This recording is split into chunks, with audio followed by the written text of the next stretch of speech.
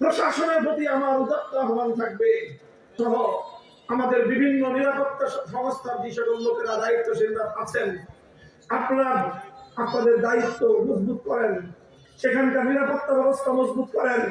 আপনাদের যদি জনশক্তির অপ্রতুলতা থাকে, লোকের অভাব থাকে, স্থানীয় মাদ্রাসা মসজিদের ইমামদের সাথে যোগাযোগ করেন। আমরা আপনাদের অতিরিক্ত সময়ের সহযোগিতার জন্য ভলেন্টিয়ার সরবরাহ করব। আপনাদের দিক নির্দেশনার ভিত্তিতে আমরা দেশের আলেম সমাজ, জাতির অন্যতম অভিভাবক আলেমরা, তারা জাতির এই ক্রাইসিস কালে ঐতিহাসিক ভূমিকা পালন করবে।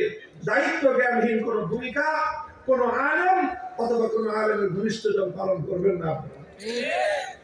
অযথা হঠাৎ উত্তেজিত হয়ে কোথাও আক্রমণ চালানো, জ্বালাও পোড়াও করা, এর মাধ্যমে তারা শরীফ ওসমান বিন হাদির শাহাদাতের এই ঘটনাকে ধামাচাপা দেওয়ার চেষ্টা করতেছে। এত বড় ঘটনা, দিবালোকের ন্যায় পরিষ্কার, তাকে খুন করে সীমান্ত পাড়ি দিয়ে সেই দেশে গিয়ে খুনি আশ্রয় নিবে। আমাদের দেশে হাজার হাজার মানুষকে খুন করে আমার দেশের বিচার ব্যবস্থা থেকে মৃত্যুদণ্ডপ্রাপ্ত আসামি সেখানে রাজধানীর মতো মেহমানের মতো আপ্যায়ন হবে। আবার আমার দেশের সাথে তোমরা কূটনৈতিক সম্পর্ক মারাইবা। এগুলো কোন দেশের কূটনৈতিক বিশ্ব কূটনৈতিক সভ্যতার মধ্যে পড়ে না। সেখান থেকে প্রতিদিন উস্কানি দেওয়া হচ্ছে আমাদেরকে হত্যা করার জন্য। সেই লেডি ফেরাউন প্রতিদিন সেখান থেকে ভয়েস মেসেজের মাধ্যমে বাংলাদেশের বিরুদ্ধে উস্কানি প্রদান করছে।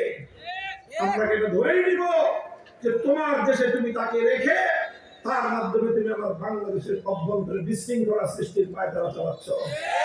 অনতিবিলম্বে বন্ধ করো। মনে রেখো, পাশের বাড়িতে আগুন লাগলে হাতে তালি দেওয়া এটা কোনো বুদ্ধিমানের কাজ না। পাশের বাড়ির আগুন পাশের বাড়িতে সীমাবদ্ধ থাকে না।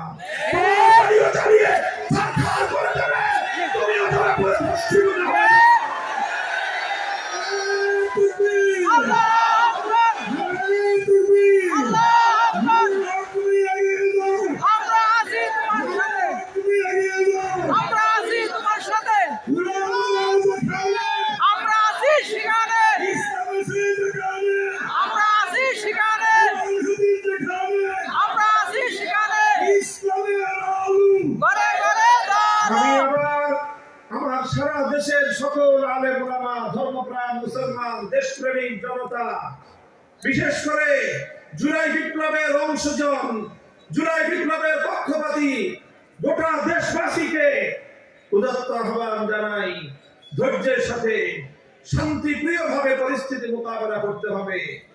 এমন কিছু ঘটানো যাবে না যার মাধ্যমে বাংলাদেশের শত্রু এবং দুশ্মনরা তারা এটাকে অপপ্রচারের হাতিয়ার হিসেবে ব্যবহার করতে পারে। ইনশাআল্লাহ আগামীকাল বাদ জোহর মানিক মিয়া এভিনিউতে বীর যোদ্ধা, জুলাই যোদ্ধা, বাংলার অকুতভয় বীর সৈনিক শহীদ ওসমান বিন হাদি, শরীফ ওসমান বিন হাদির নামাজে জানাজা অনুষ্ঠিত হবে।